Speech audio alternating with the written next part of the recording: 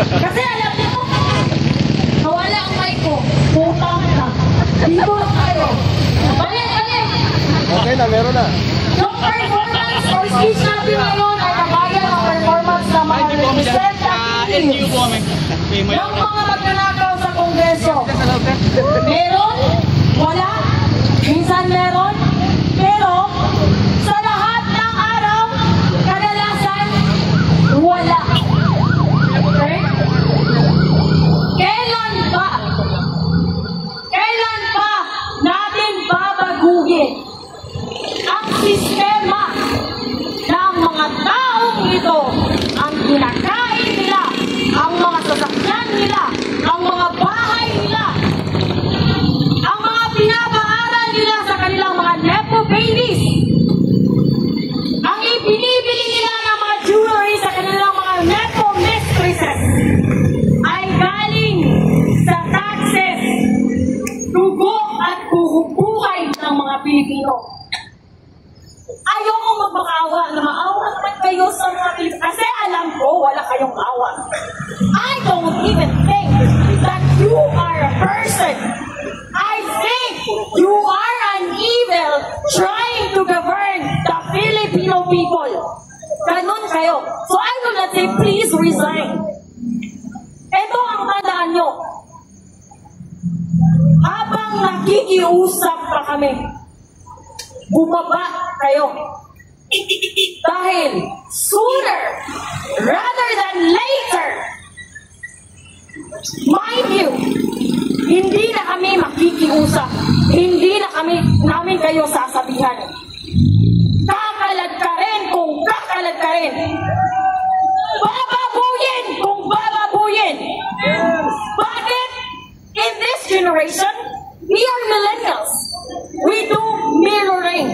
Kung ano yung energy, kung ano yung serbisyo, kung ano yung trato na binibigay nyo sa amin, yan din ang ibabalik namin sa iyo. We are the fucking millennials and we are like that.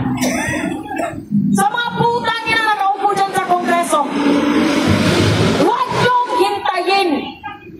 huwag nyong hintayin na ang galit ng taong bayan ay aabot sa sugdulan.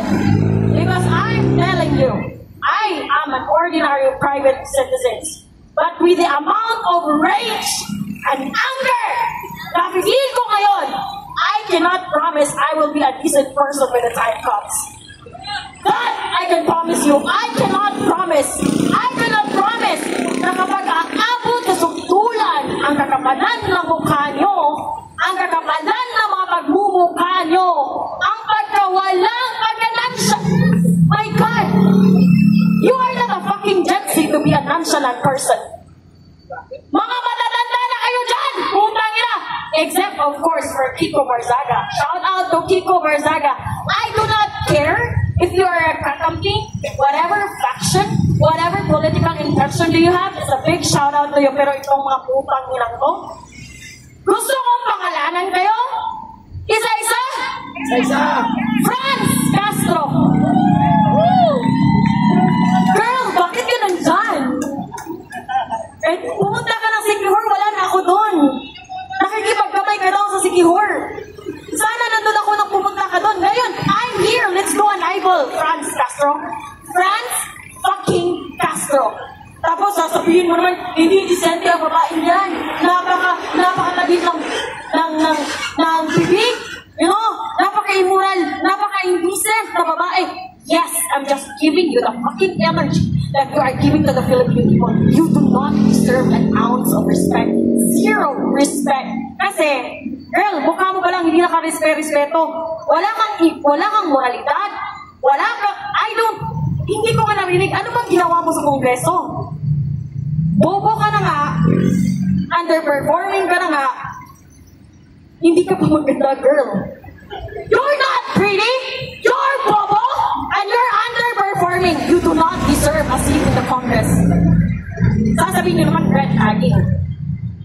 So I'm not gonna go into that topic. Alright? Kasi ang hilig-hilig. Alam mo, gusto ko ipatawag sa tuwad ko.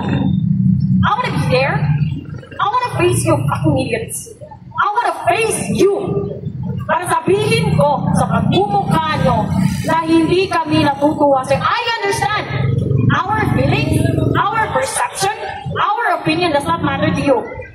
And I know, kasi wala naman kayong ibang gusto, pangarap, at gawain sa araw-araw, kundi ang magnakaw. We are minimum wage earners. Pero feel ko, I'm so fucking rich.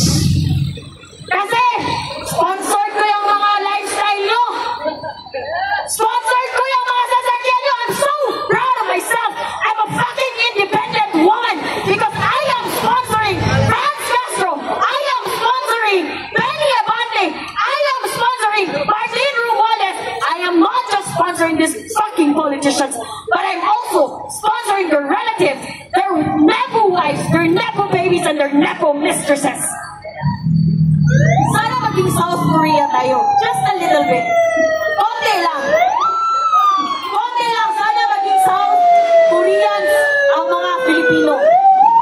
Kung saan hindi tinotolerate ng mga K-netizens ang mga leader, ang mga public personality na may mga scandal. You know? Pupunta ka sa bundok, magkikidnap ka ng mga bata, tapos uupo ka sa House of Congress as if you're the most moral person in the Philippines. Fuck you. Fuck you. You do not deserve an ounce of respect, Franz Castro. Benny Abante, let me tell you a story. I went viral on TikTok. I was tagging you. I was hoping you would know this. But who am I? I am a nobody. I am a fucking nobody. But here I am now, all the way from Cebu. I just got here today.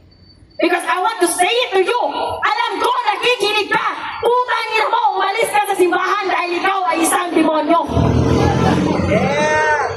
Filipinos, I'm asking you, please, let's have a standard. Let's have the qualifications.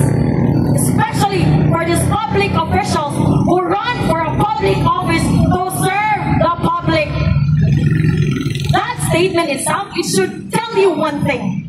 We, the Filipino people, we are the employers. We are paying them to do their fucking job, and they're doing not just a sloppy job, but an obviously idiotic job. Wala ba kayo mga utak nan? Bakit kayo nasa Kongreso kung saan ang trabaho nyo is to create, amend, modify, and enforce law? Kung kayo mismo linalabag, inaabuso nyo ang batas. The audacity! The audacity! Mga putang ina nyo! Lumabas kayo! Harapin nyo kami! Harapin nyo kami! Huwag nyong hintayin. Dahil sinasabi ko sa inyo, I am coming from a private life.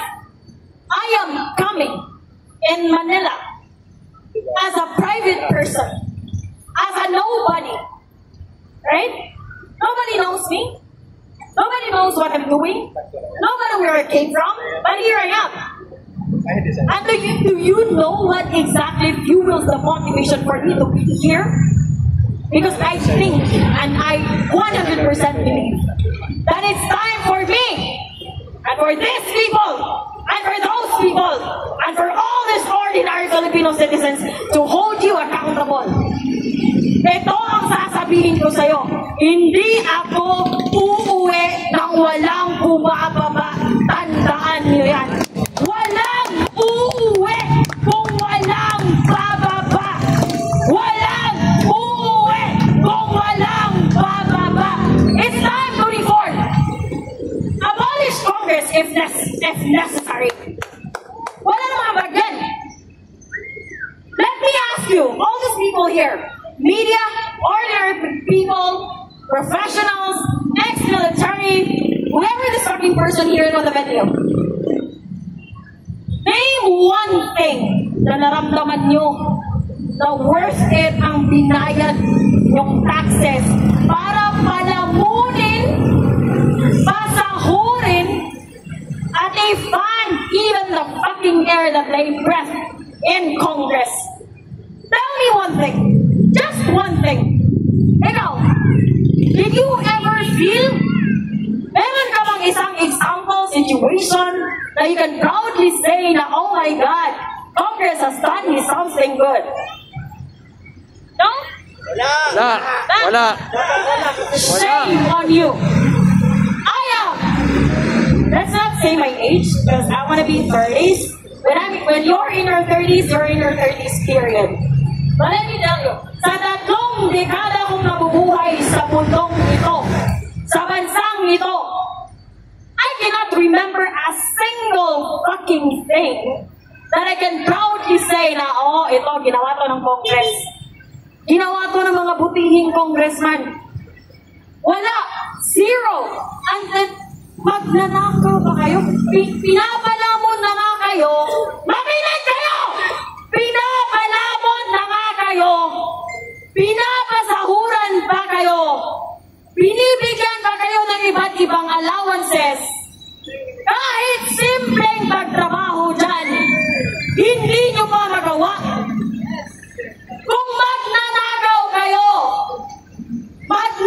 kayo ng patago, napaka-immoral nyo naman na magnanakaw kayo ng harap-harapan, magsisinungaling kayo ng harap-harapan, at ito yung, this is what makes me very infuriated, very upset, and angry beyond angry. Kasi, the way you report, you manipulate the mainstream media, para bang iniisip nyo na bobo kami? Para bang iniisip nyo na wala kaming access sa information? Ganun ba ang tingin nyo sa amin? Ha? Ganun ba ang tingin nyo sa mga Pilipino na kami ay mangmang? Para tayo nasa panahon ni Rizal, kung saan ang mga braille ay ginagawang bobo at sinasabihan na Indio ang mga Pilipino. And you, Franz Castro, Benny Abante, Martin Romualdez, Saldico, Marcos Jr., Lee Satanas. Learn from the history. Every abuse, every tyranny is not forever. And when that day comes, we're not going to be merciful. I'm telling you.